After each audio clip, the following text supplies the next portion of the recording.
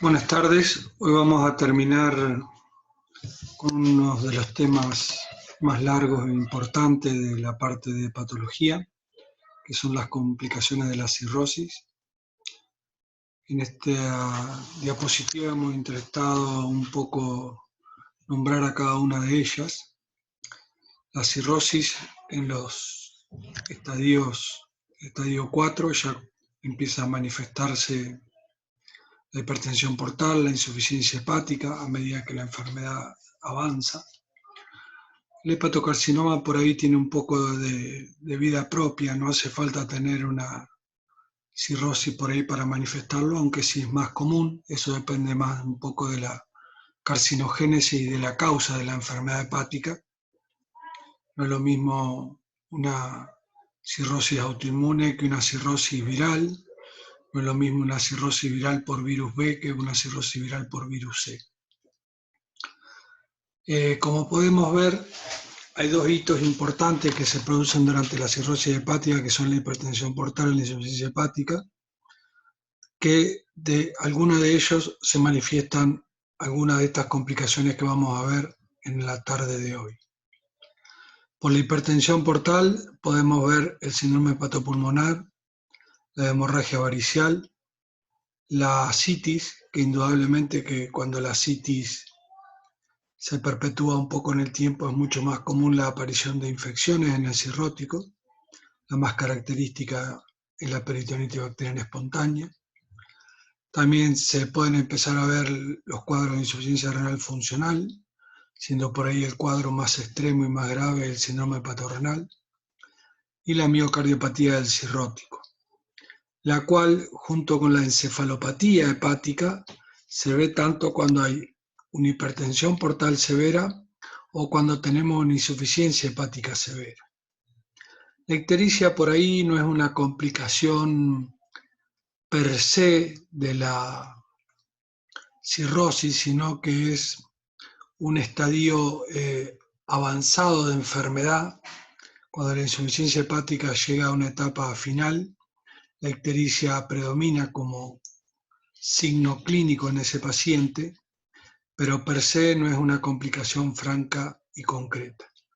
Las complicaciones fundamentalmente son 8: el hepatocarcinoma, el síndrome hepatopulmonar, la hemorragia digestiva varicial, ascitis, infecciones en el cirrótico, insuficiencia renal funcional, la miocardiopatía del cirrótico y la encefalopatía portosistémica.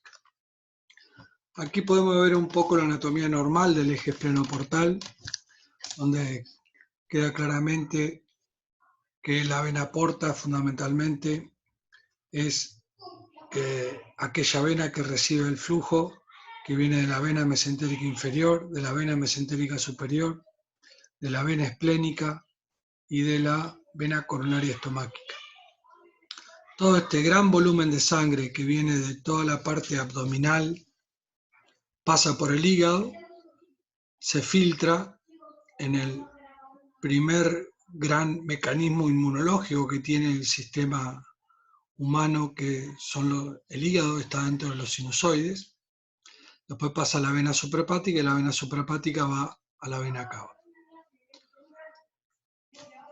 Cuando un hígado está en un cuadro de cirrosis, al haber más fibrosis que parénquima normal, no hay buena distensibilidad de las paredes de la vena intrahepática, por ende de los sinusoides, por ende todo ese flujo de sangre que tenía que pasar por el hígado, ahora no puede hacerlo. Entonces un gran volumen empieza a hacer una rémora, tener un flujo hepatófugo y no hepatópeto.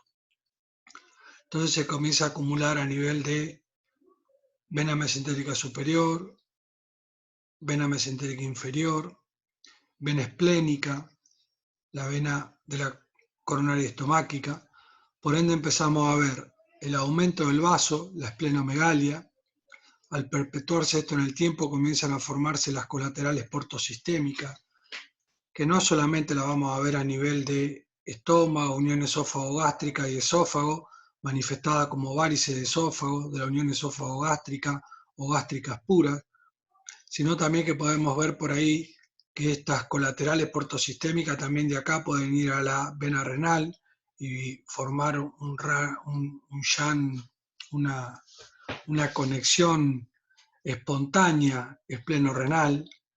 Puede haber también la parte un poco más abajo de las colaterales, a nivel del mesentérico inferior. Por eso a veces podemos ver los plexos vasculares hemorroidales aumentados de tamaño en un paciente cirrótico. Todo este trastorno de no poder ir todo este flujo para acá comienza a producir una gran vasodilatación del sistema esplácnico. Hay un aumento de la presión que expande el vaso y también que por la parte de neurohormonal se contrae la pared muscular. Algo muy bien descrito desde el punto de vista de la normalidad, esto sería la luz intestinal, ahí tenemos bacterias aeróbicas, anaeróbicas, tenemos toxinas, las cuales son procesadas por la mucosa, van por la parte del sistema linfático a los nódulos linfáticos que tenemos en el mesenterio, de ahí pasan a la sangre y de la sangre van a torrente sanguíneo, y si nosotros tuviésemos un hígado normal, el hígado desintoxica de todas estas toxinas y bacterias que son la famosa translocación bacteriana, lo cual es normal en un ser humano y lo cual no produce grandes problemas porque tenemos un hígado normal. En cambio, en el cirrótico, este mecanismo es uno de los mecanismos que más se pregona como por ahí el puntapié inicial para infecciones. ¿Estamos?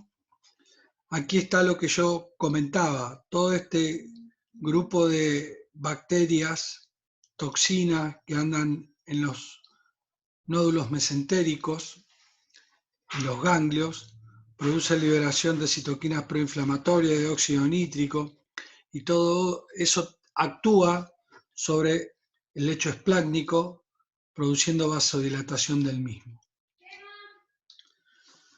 Ya que estábamos hablando de las infecciones en el cirrótico, hay que tener en cuenta actualmente la causa más común de infecciones en el cirrótico es la peritonitis bacteriana espontánea, la segunda es la infección del tracto urinario, la tercera es la neumonía y la cuarta son las infecciones en piel, celulitis y o erisipela. En este cuarto punto, uno demuestra que al paciente cirrótico hay que revisarlo muy bien, mirarle las piernas, el muslo, la pared abdominal, donde muchas veces podemos encontrar este tipo de complicaciones infecciosas, que si uno por ahí no lo revisa, el paciente en sí o el familiar no lo relata.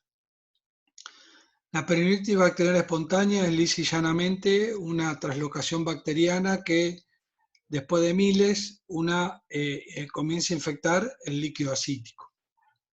¿Cómo diagnosticamos una peritonitis bacteriana espontánea? Haciendo una paracentesis diagnóstica.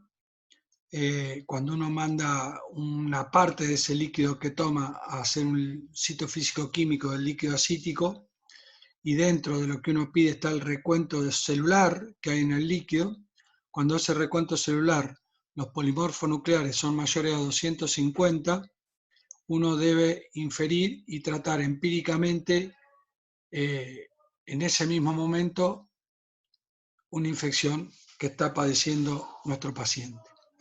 Hay que tener en cuenta que cuando uno hace una paracentesis diagnóstica, uno toma una muestra la cual la divide en tres. Una va al citofísico-químico del líquido asítico, que eso se procesa en el laboratorio de cualquier centro de internación y uno tiene el resultado en una hora y algo, y que nos sirve mucho para tomar conductas. Una muestra va a anatomía patológica para descartar que no haya células neoplásicas en ese líquido asítico. Y la tercera muestra se vierte dentro de un frasco de hemocultivo para ver si crece alguna bacteria como causante de la infección. Siempre hay que tener en cuenta y no hay que olvidar que la peritonitis bacteriana espontánea es causada por una sola bacteria. No es como la peritonitis bacteriana secundaria, que es la que se ve por perforación de divertículos, los cuadros apendiculares que producen peritonitis, donde al haber una perforación a la cavidad abdominal pasa tanto bacterias gram negativas como gram positivas y anaerobios. Por ende, al haber una mayor cantidad de bacterias, indudablemente el recuento de polimorfos nucleares va a ser altísimo y va a estar consumida el azúcar del líquido acítico, dato muy típico que en la peritonitis bacteriana espontánea, al ser monomicrobiana y generalmente a gram negativos, solo, la glucemia del líquido no está consumida. Actualmente el enfoque de tratamiento, ¿por qué uno hace hincapié en saber si esa citis de ese paciente que ingresa está infectada en una hora y media y tomar una conducta de colocar un antibiótico empírico hasta tener los cultivos? Porque está totalmente descrito que si uno no trata a un cirrótico infectado, en 48 o 72 horas ese paciente va a agregar otro tipo de complicaciones, puede comenzar con una insuficiencia renal funcional, por toda la parte circulatoria que produce en la cirrosis de una infección, puede producir la ruptura y un sangrado de una varice. Por eso es algo que uno lo tiene muy en cuenta si uno sospecha que un cirrótico está infectado. El enfoque de tratamiento hoy en día se divide en 3 puntos fundamentalmente. Es de dónde uno está evaluando, de dónde viene el paciente que uno está evaluando. Si el paciente viene por un cuadro por el cual consulta estando desde su casa, uno lo va a interpretar como una infección extrahospitalaria, generalmente son a bacilos gram negativos, por ende si uno tiene que comenzar empíricamente un tratamiento, generalmente arrancamos con ceftriaxona, una cefalosporina de tercera generación. Si yo en el interrogatorio al paciente o al familiar detecto que ese cirrótico en los últimos 30 días antes de consultar ha tenido contacto con el sistema de salud, uno debe sospechar que la infección puede ser por bacilos gram negativos, anaerobios y hasta gram positivos a veces. Por eso uno comienza con piperacilina más tazobactam. ¿Qué sería relación con el sistema de salud? Hoy en día es muy común que el cirrótico tenga controles mensuales, tenga tratamientos que son invasivos, que son ambulatorios, como hacer una paracentesis evacuadora, como hacer una colonoscopía, como hacer endoscopía como screening de varices esofágica o endoscopía para profilaxis primaria con colocación de bandas. Cuando uno habla de profilaxis primaria es del sangrado. Para que ese paciente no sangre, se le colocan bandas en el esófago. Entonces, todo eso son maniobras invasivas que no requieren una internación, que al cabo de 3-4 horas post procedimiento, el paciente estando controlado, uno le da el alta. Si uno detecta algunos de estos ítems en los últimos 30 días en que ese paciente consulta, uno debe interpretar que la infección está netamente relacionada a ese gesto invasivo que tuvo. Y por último, estaríamos en la infección intrahospitalaria, que generalmente son por bacilos gram positivos en el 80% de las veces. Por ende, ese paciente hay que comenzar, además de la ceftriaxona, con el agregado de vancomicina. La infección intrahospitalaria es aquel paciente cirrótico que ingresa por cualquier cosa, menos por un cuadro infeccioso, no tiene fiebre, tiene glóbulos blancos normales, está todo bien y al cabo de 48 horas de estado internado comienza con signos clínicos y bioquímicos de infección, entonces uno debe interpretar que puede estar infectado con un gram positivo.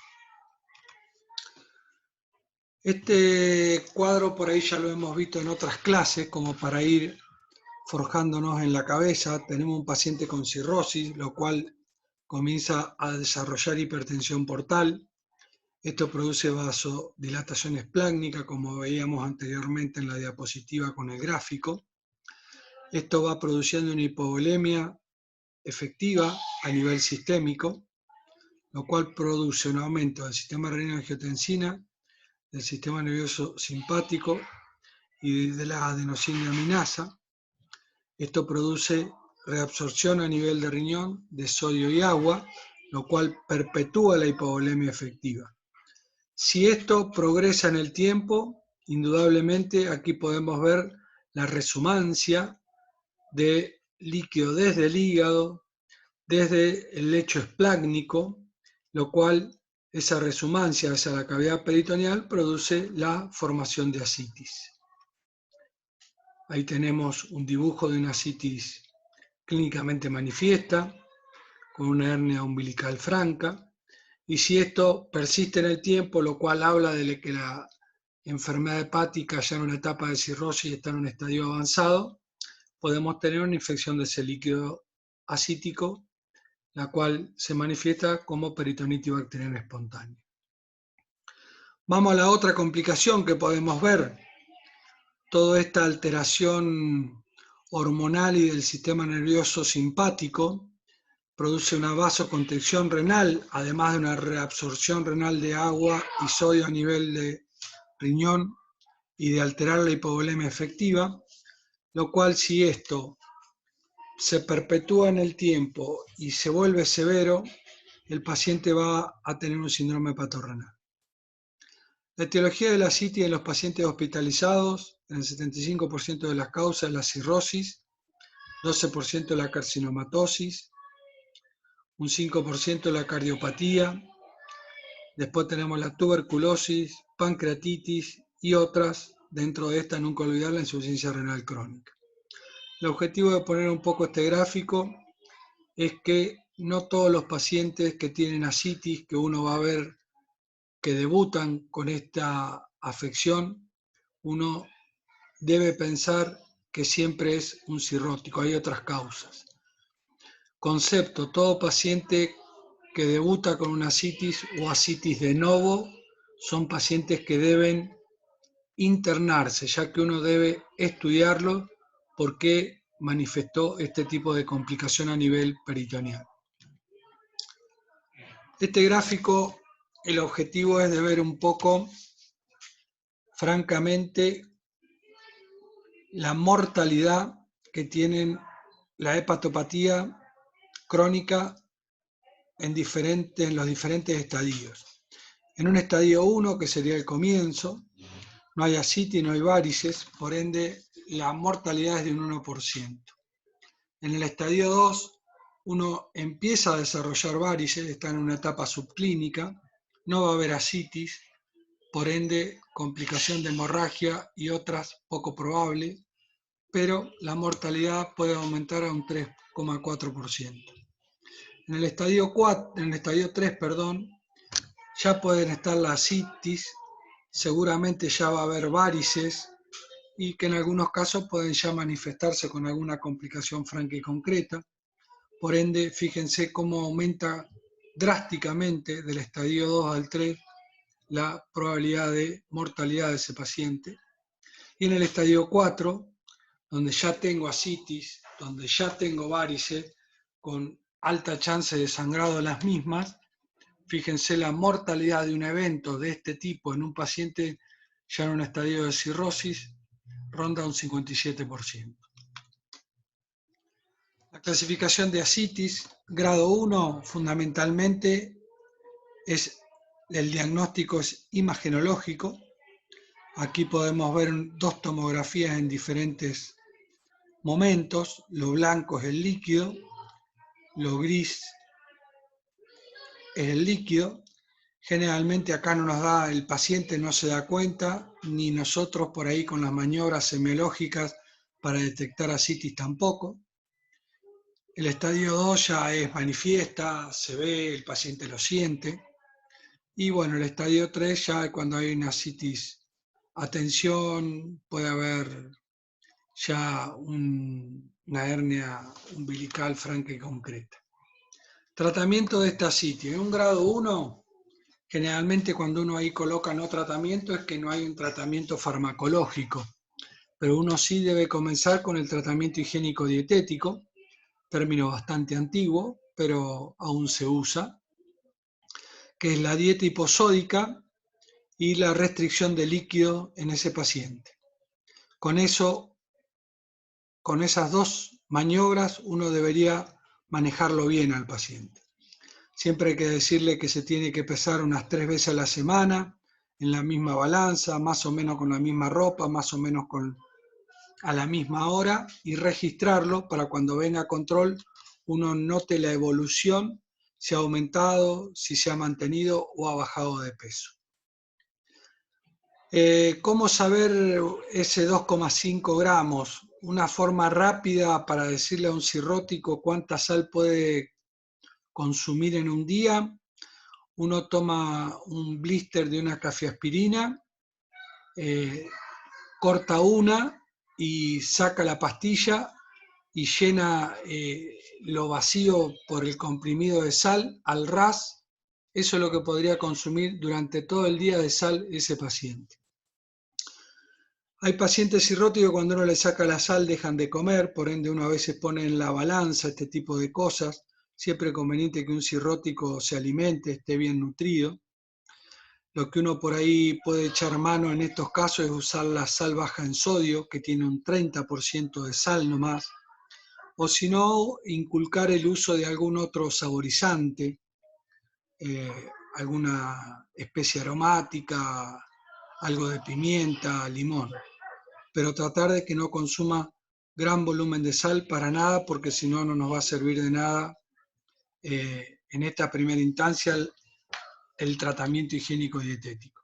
Y no puede consumir más de 1,8 litros de líquido por día. Todo lo que toma en el día no puede pasar esa cantidad de volumen. La grado 2, indudablemente, aquí el tratamiento médico ya es pleno, tanto higiénico-dietético como farmacológico. Y el farmacológico, el diurético número 1 para el cirrótico es la espironolactona, ya que es el que inhibe el sistema renina-angiotensina-aldosterona. Y ahí tenemos un poco la dosis máxima que se puede usar por día, que es de 400 miligramos. Y generalmente uno comienza entre 100 y 200 miligramos día, dependiendo la cantidad de ascitis que uno compruebe en el paciente que está evaluando. La furosemida queda para una segunda instancia, generalmente asociada a la espironolactona. No es que uno le tiene miedo al uso de este diurético, pero le tiene respeto. La dosis máxima de furosemida son 160 miligramos día y generalmente uno comienza con 40 miligramos día. Un concepto clínico por ahí para el uso no de furosemida en un cirrótico: si tiene edemas en miembros inferiores, usar ambos diuréticos sin ningún tipo de problema. Si solo tiene ascitis y nada de edema en miembros inferiores, por ahí la furosemida uno de entrada no la coloca. Y cuando tenemos una ascitis grado 3, por ahí uno va a requerir, además del tratamiento médico, agregarle alguna maniobra invasiva como es una paracentesis evacuadora, además de la dieta hiposódica, de la restricción hídrica y del uso de diuréticos. Resumiendo, el tratamiento de la ascitis, fundamental el tratamiento de la enfermedad de base. Si es un paciente que toma alcohol, lograr la abstinencia. Si es un paciente que tiene una hepatopatía viral, B o C, usar el antiviral correcto. Si tiene una hepatopatía autoinmune, usar los fármacos inmunosupresores correspondientes. Si tiene una hemocromatosis, hacer las sangrías correspondientes, y así para tratar cada patología puntual, lo cual nos va a llevar a que uno disminuya o inhiba el proceso inflamatorio que tenga ese parénquima hepático, lo cual indudablemente va a disminuir y mucho el avance de esa enfermedad ya en una etapa avanzada. La restricción de sodio, la restricción hídrica y el reposo, indudablemente, es como que aún hay grupos que lo contemplan, hay grupos que no. Generalmente el reposo es el que le pida el cuerpo al paciente cirrótico.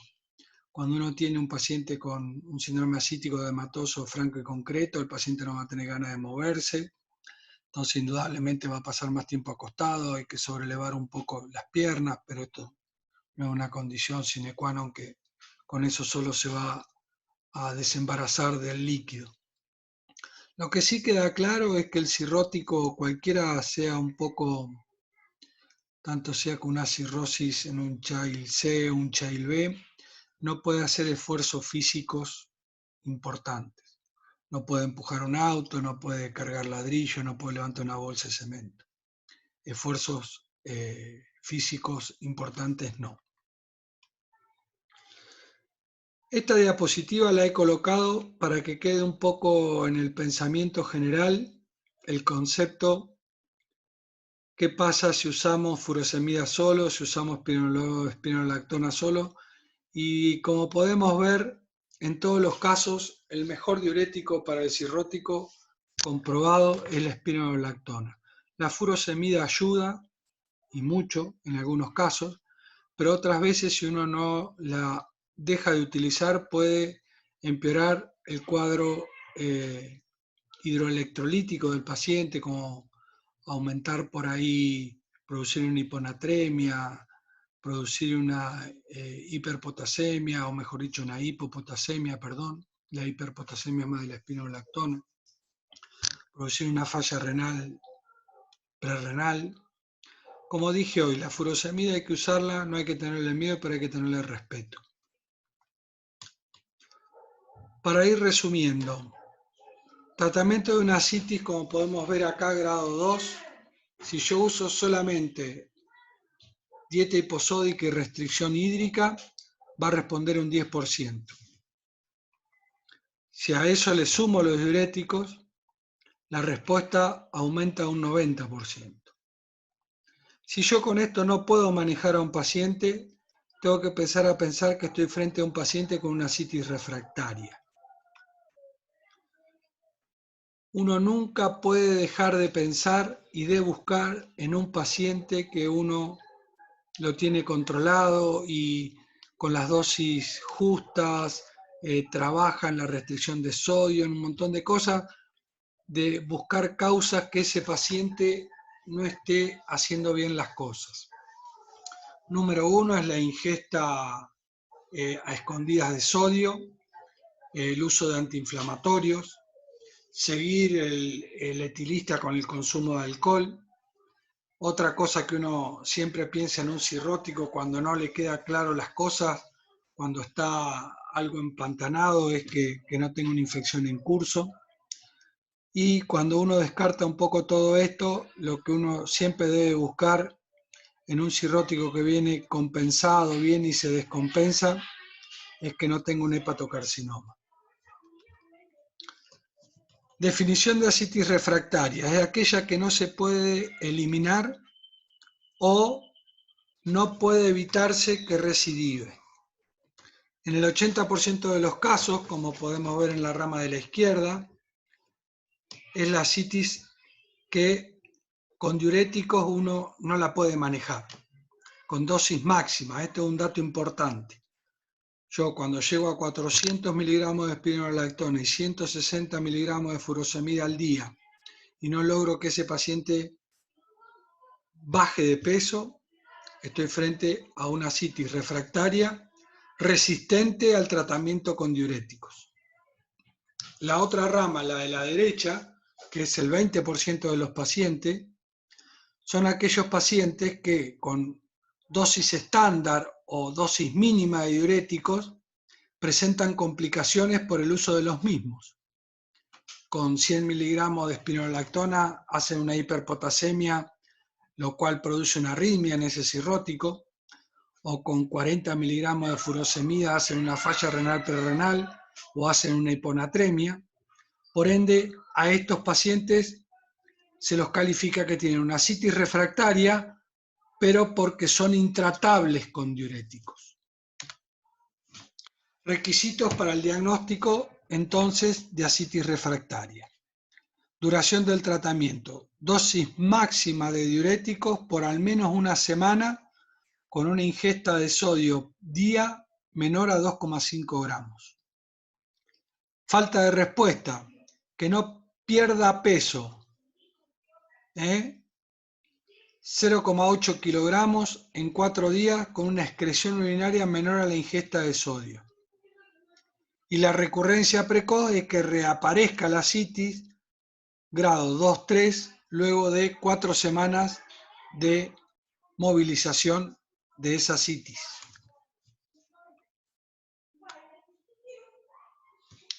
Complicaciones asociadas al uso de diuréticos en la citis, lo que estábamos hablando. Hiperpotasemia, hipopotasemia, hiponatremia, deshidratación. Todo esto puede causar arritmias, puede causar encefalopatía. Por ende, cuando uno está frente a una encefalopatía en un paciente hay que descartar estas cosas cuando están tomando diuréticos. Puede producir directamente una insuficiencia renal, la cual generalmente son funcionales. Cuando uno le retira los diuréticos y lo expande, ese riñón en 48 horas baja la creatinina. Y después alcalosis o acidosis metabólica. ¿Cómo se plantea el tratamiento de una citis refractaria? Lo primero que uno tiene a mano y la primera indicación generalmente es la paracentesis evacuadora con o sin expansión plasmática. La paracentesis evacuadora es cuando uno le va a sacar más que una muestra para mandar a analizar, no es una paracentesis diagnóstica, es una evacuadora o terapéutica.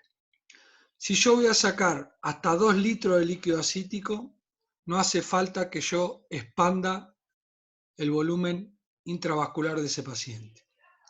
Si yo voy a sacar más de 2 litros, sí o sí lo tengo que expandir. Si voy a sacar hasta 5 litros, no hace falta que lo expanda con albúmina. Se pueden usar poligelinas sintéticas como el Hemacel o el Dextran 70 o su loción fisiológica, aunque sea pan para hoy, hambre para mañana. Si yo voy a sacar más de 5 litros sí o sí, ese paciente debe ser expandido con albúmina. ¿Y qué cantidad de albúmina por cada litro de líquido acítico que saco? Son 8 gramos cada litro de asitis extraída. ¿Por qué es tan importante la expansión cuando yo hago una paracentesis evacuadora? Está totalmente descrito la disfunción post-paracentesis, que esa se puede ver entre el 5º y el 10º día, generalmente en el día 7º, de realizado la paracentesis, que es un paciente que entra deshidratado, con falla renal y tal vez con el mismo volumen o más de asitis que uno le extrajo. Eso es porque hay todo un trastorno hemodinámico al sacar tanto volumen intraabdominal sin expandir la parte intravascular. Por ende, gente, este no es un dato menor cuando uno debe hacer una paracentesis evacuadora. ¿Y en qué nos tenemos que fijar? En qué cantidad de asitis vamos a sacar, o queremos sacar, o podemos sacar. La albúmina es un elemento en la práctica diaria nuestra no tan fácil de acceder, es cara, así que uno debe contemplarlo concretamente cuando lo tiene que usar. El otro tratamiento que tenemos es el TIPS. ¿Qué es el TIPS? Es un shunt portosistémico intrahepático transyugular. Y ahí tenemos un hermoso dibujo, donde esto se trabaja por vena yugular, entro, cava, agarro suprahepática y ya estando adentro del hígado, se punza hasta encontrar una rama de la vena porta intrahepática. Cuando uno la encuentra, ahí se libera una prótesis, o estén en inglés. Generalmente hoy se usan las que son recubiertas, que se ha visto que cuando son recubiertas hay menos probabilidad de trombosis de esa prótesis. Esto se hace todo vía intervencionista radiológica. Ahí tienen una foto de cómo se ve una radiología cuando uno hace este tipo de trabajos. Lo que hace esto es todo el flujo venoso que antes pasaba y que por la cirrosis empezó a ir, ahora al volverle a dar un acceso intrahepático, uno descomprime todo el eje esplenoportal, el lecho esplácnico, y empieza a pasar mayor volumen de sangre por acá. Con eso uno mejora la hemodinamia sistémica. Indicaciones. Está recomendado en aquellos pacientes que yo ya tengo que hacer más de 3 paracentesis por mes. Está en aquellos pacientes donde está contraindicado hacer una paracentesis. ¿Cuáles serían esos pacientes? Fundamentalmente los que tienen por ahí coagulopatías, en los que tienen ascitis tabicada o en los que tienen un hidrotórax masivo. ¿En quién no está recomendado? En los que tienen ya una encefalopatía preexistente, en los que tienen una insuficiencia cardíaca preexistente, cuando tenemos una enfermedad hepática avanzada con una clasificación de Child-Pugh mayor a 12 puntos, y en aquellas personas que tienen más de 70 años. El TIPS es un dispositivo en nuestro medio muy caro e indudablemente si uno piensa y usa este tipo de dispositivo en un paciente es porque lo va a trasplantar o ese paciente está en lista de espera.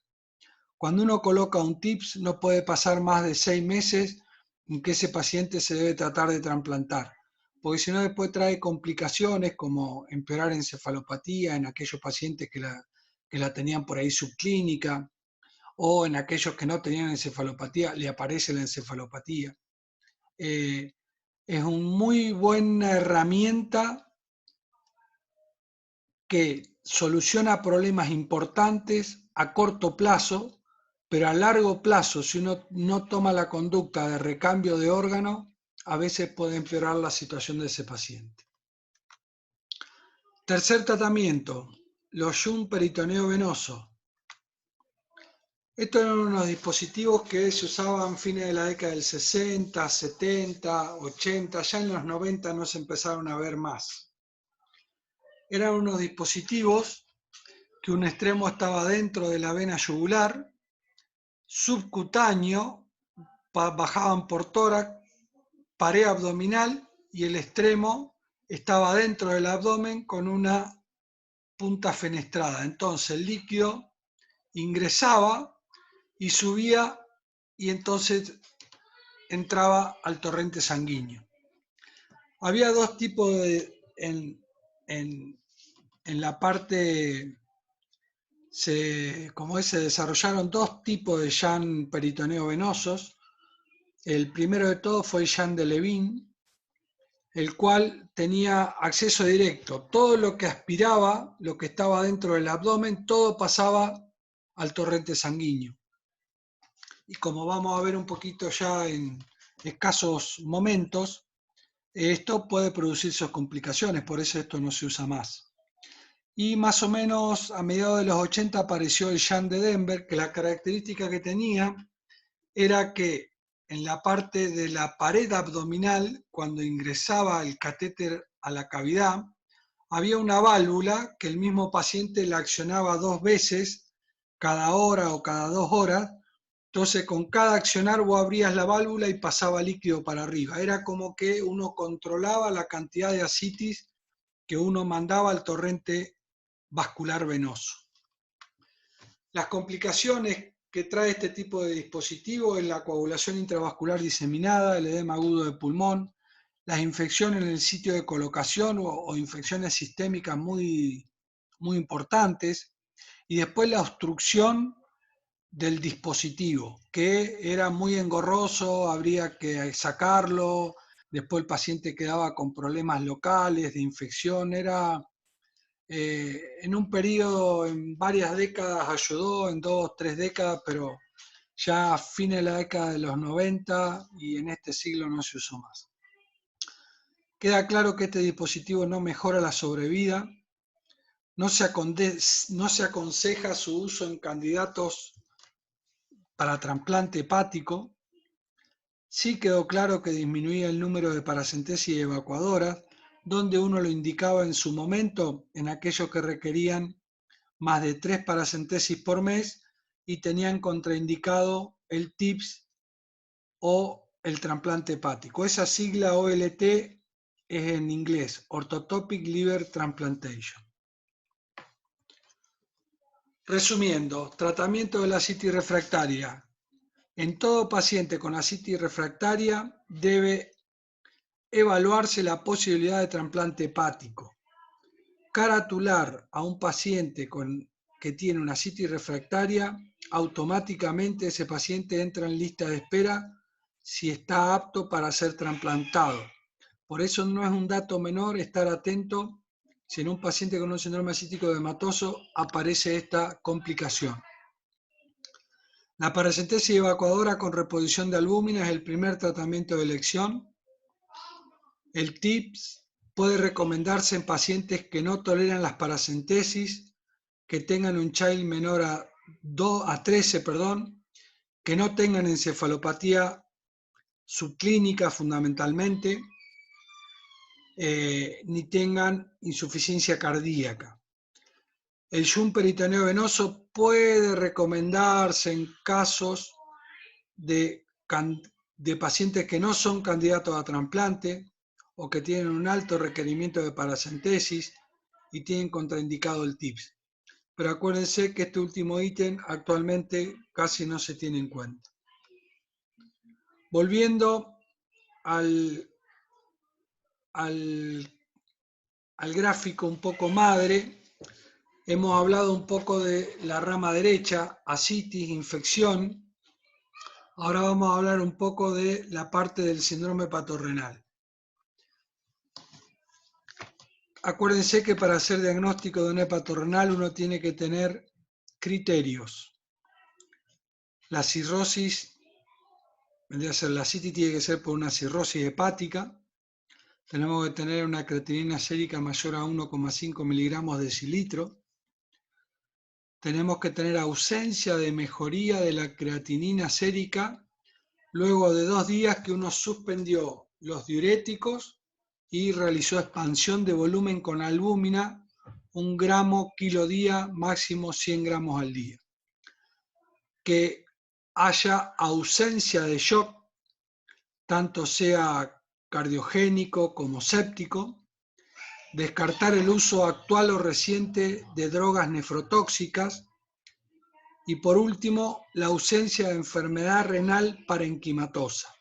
Tengo que tener una orina de 24 horas, una proteinuria menor a 500 miligramos día, una microhematuria menor a 50 hematíes por campo y tengo que tener una ecografía reno-urétero-vésico-prostática si es hombre, si es mujer solamente reno-vésico-ureteral, que no haya nada obstructivo anatómico.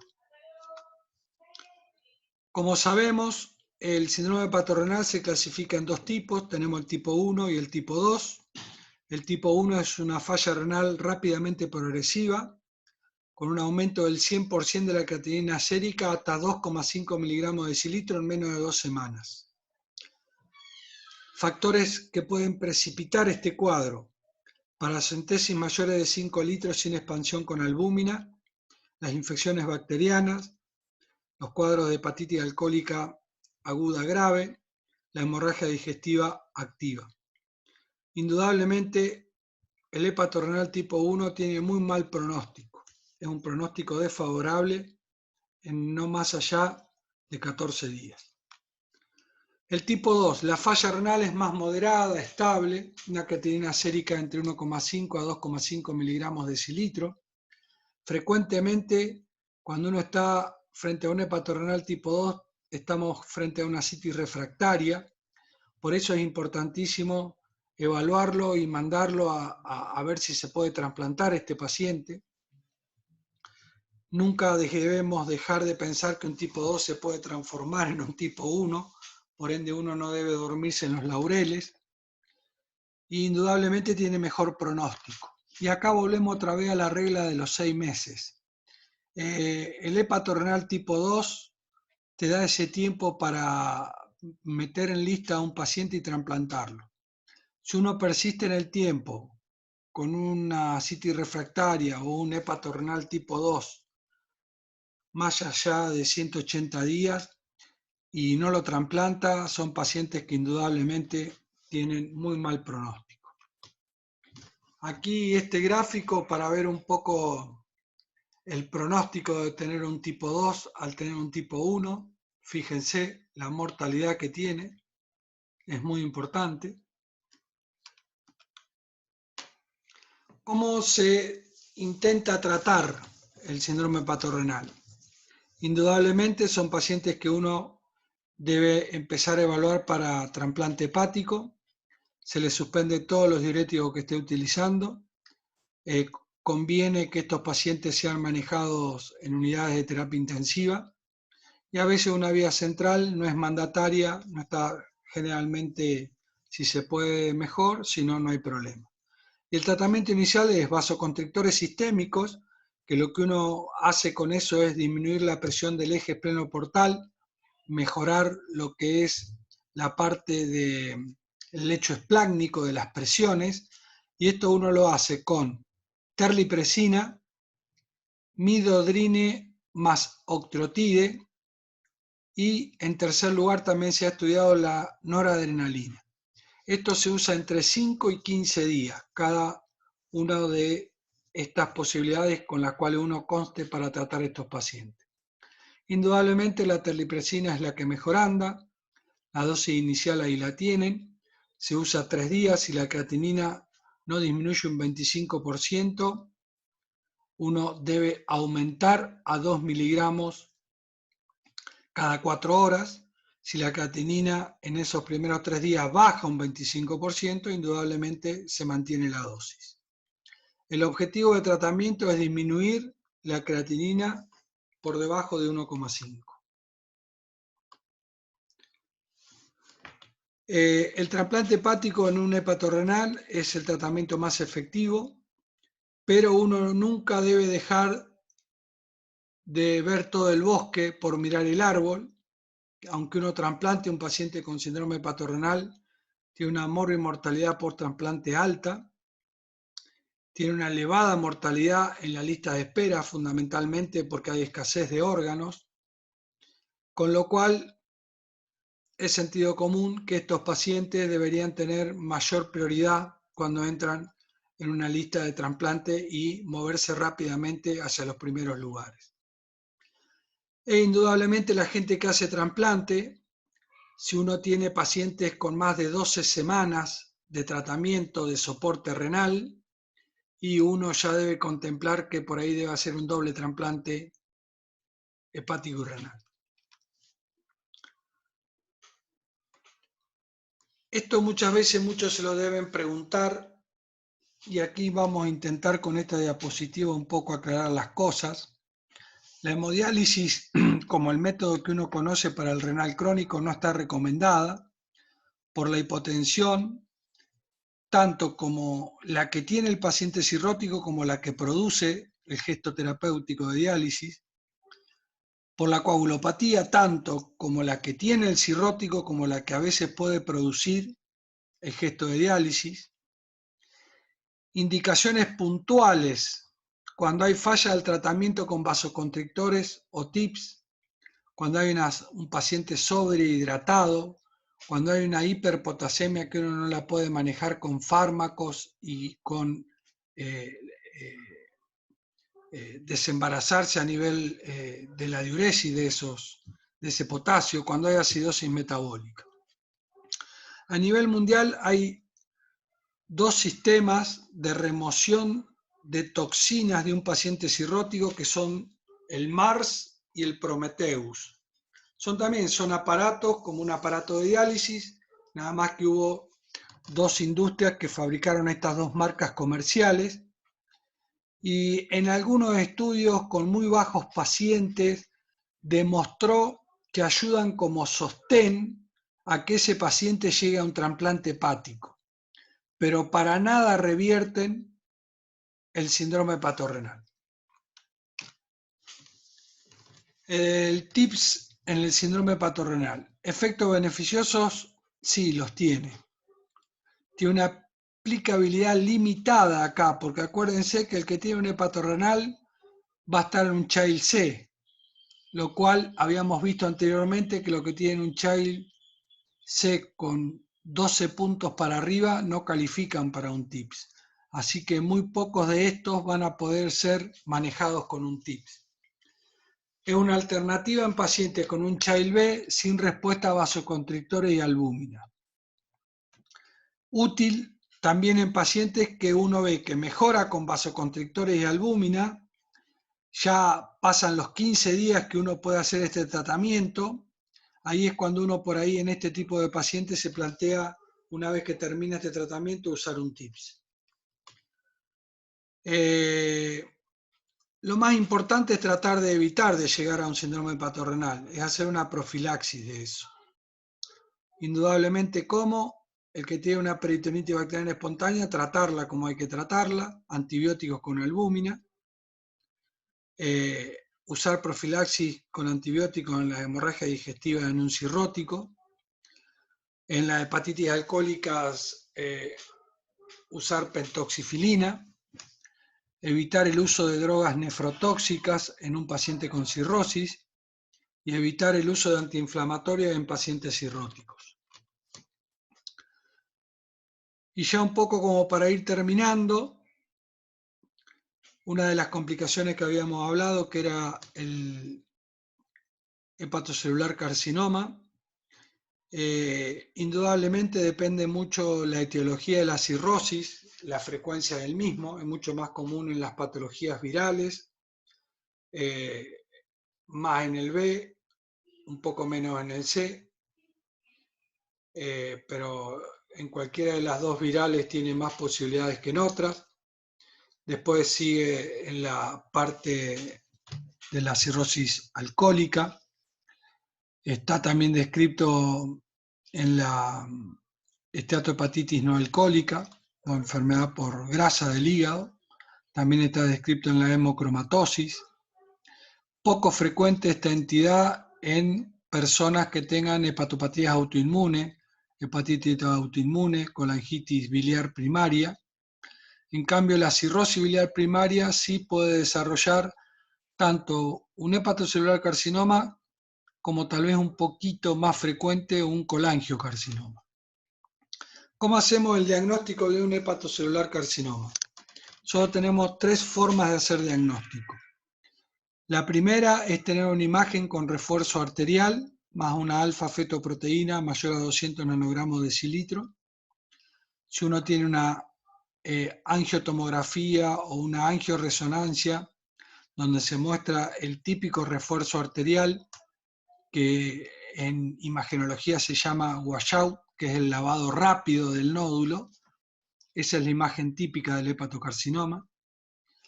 Y la alfa-fetoproteína es un marcador tumoral sérico. Hay que tener en cuenta que hay un 35% de los cirróticos que tienen un hepatocarcinoma, pero no mueven alfa-fetoproteína. Entonces ahí caeríamos en la instancia número 2. Tengo que tener una segunda imagen con refuerzo arterial. Angiotac más angioresonancia, o angiotac con arteriografía, o angioresonancia con arteriografía que muestre la imagen del lavado rápido del nódulo. Y en tercera instancia, si no logro con imágenes y con alfa-fetoproteína de evaluar el nódulo de ese hígado cirrótico, no me va a quedar otra que hacer una punción biopsia hepática dirigida del nódulo y ver la anatomía patológica. Concepto. Cuando yo tengo un hígado con cirrosis, acuérdense que el hígado disminuye de tamaño por la fibrosis, hay muy poco parénquima sano y es un hígado muy poco vascularizado. Por ende, si en un cirrótico aparece un nódulo, yo primero tengo que pensar que es una lesión primaria del órgano y no una metástasis de un tumor que nació en otro órgano. ¿Quedó claro? Bien. Esta es una de las entidades de las complicaciones de la cirrosis que uno debe ir a buscar. Por eso uno tiene que hacer un tamizaje semestral. 2 veces al año, el cirrótico, cualquiera sea la causa de la misma, tiene que tener una ecografía abdominal y una alfa-fetoproteína. Con esto uno tiende a buscar lesiones primarias de hígado que tengan un pequeño tamaño y donde yo pueda tomar una conducta curativa sobre las mismas. Hoy en día, lesiones pequeñas van a trasplante, los pacientes andan muy bien, o en aquellos pacientes que no califican para trasplante y son lesiones pequeñas, uno puede tener conductas por ahí de hacer una hepatectomía, un gesto quirúrgico, de los cuales el paciente también ande muy bien. Ese es el objetivo del tamizaje para el hepatocelular carcinoma, es encontrar rápidamente un nódulo pequeño y que uno pueda tomar una conducta curativa sobre el mismo. Y por último, el síndrome hepatopulmonar. Hay que tener en cuenta que cuando uno diagnostica en un paciente cirrótico esta entidad, directamente ya está contraindicado el trasplante hepático, por ende es una entidad que uno debe tenerla siempre en mente y tratar de buscarla a ver en qué grado está en el paciente que uno está evaluando. El hepatopulmonar se forma por aumento de presión vascular en el pulmón, lo cual causa shunts o shunts arteriovenosos, lo cual esto produce una alteración de la oxigenación del paciente. Por ende, los síntomas típicos son la platipnea y la platipdisia. Y esta es otra entidad que requiere un tamizaje anual. La palabra tamizaje es un poco la traducción a castellano de lo que es el término screening. ¿Con qué lo hacemos? Con un ecocardiograma con burbujas o un ecocardiograma que mida indirectamente la presión de la arteria pulmonar. El ecocardiograma con burbuja es un método que no en todos los lugares de internación lo hacen, donde uno coloca un acceso venoso periférico al cirrótico y hay un dispositivo en una jeringa que tiene un líquido y tiene algo de aire. Entonces uno le coloca el traductor a nivel del corazón, aplica lo que tiene la jeringa dentro de la vena del cirrótico y ve la aparición de burbuja del lado derecho y cuenta en cuánto tiempo uno ve del lado izquierdo. Cuando esto se ve casi en forma simultánea o en escasos segundos, indudablemente uno es porque ya tiene mucho shunt arteriovenoso a nivel pulmonar. El ecocardiograma con burbuja es lo mejor para detectar un síndrome hepatopulmonar.